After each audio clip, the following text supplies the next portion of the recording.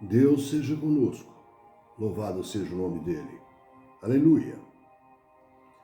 Não ponhais a candeia debaixo do alqueire. Um paradoxo crístico. É necessário ao espírita o raciocínio da fé. Portanto, raciocinemos.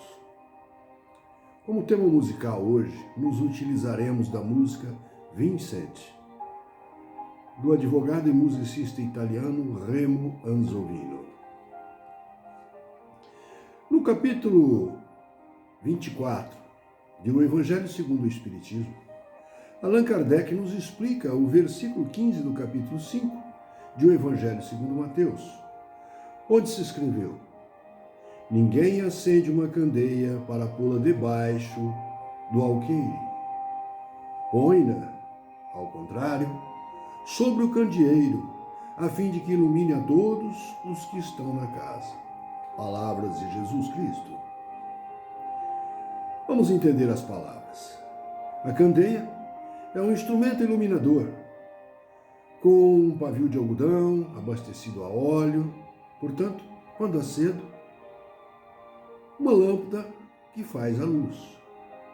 O alqueire é uma caixa de madeira e couro que se coloca uma de cada lado no lombo de um burro, caixa que comporta em torno de 80 litros de grãos, o que era possível ser lançado ao plantio de mais ou menos 24 mil metros quadrados, o que perfaz o famoso alqueire de terra.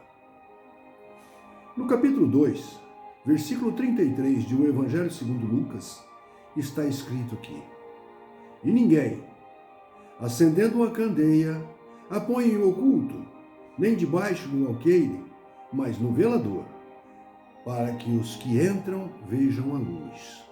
E, no capítulo 13, versículo 32 do Evangelho de João, se escreveu: conhecereis a verdade vos libertará. Assim, o paradoxo crístico em considerações. Considerando que a candeia, não estando no candeeiro velador, e sim sob um móvel ou sob o alqueire, não permite a clara visão proporcionada pela luz.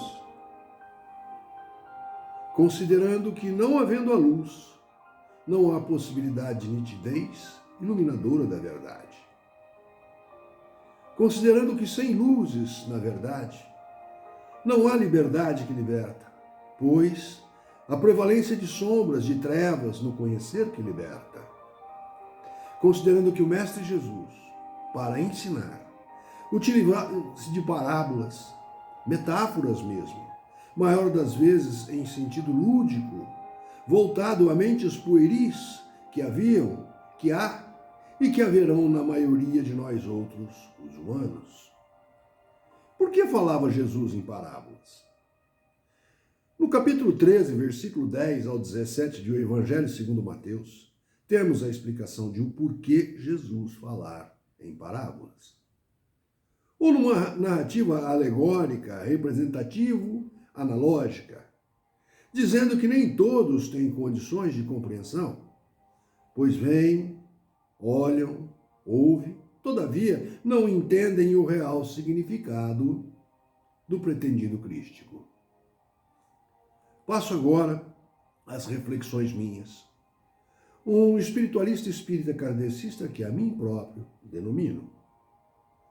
Mesmo com a certeza de que somente com a claridade consegue-se distinguir objetivamente a verdade de algo, temos também a certeza que mencionada claridade deve ser com intensidade relativa à nossa capacidade em obturar a luz, que se de menos é sombra trevosa, se de mais queimará a nossa retina, levando-nos à cegueira, tal qual Saulo de Tarso, face à luminífera visão do Mestre Jesus na estrada de Damasco.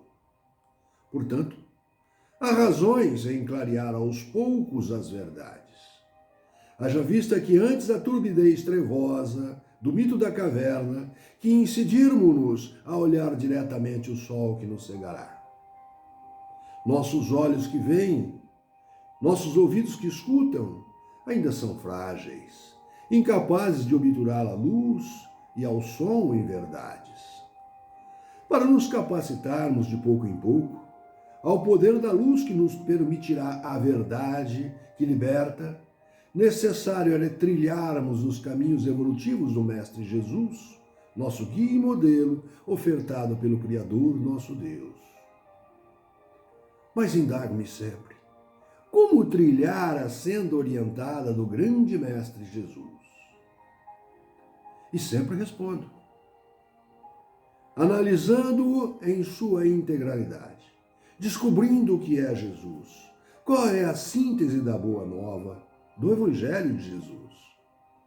E facilmente descobrimos em Paulo, o apóstolo, outro grande mestre da humanidade, o maior vulgarizador da doutrina do Mestre Jesus, preconizando com magistral sabedoria, aspas, se não houver o amor, nada haverá.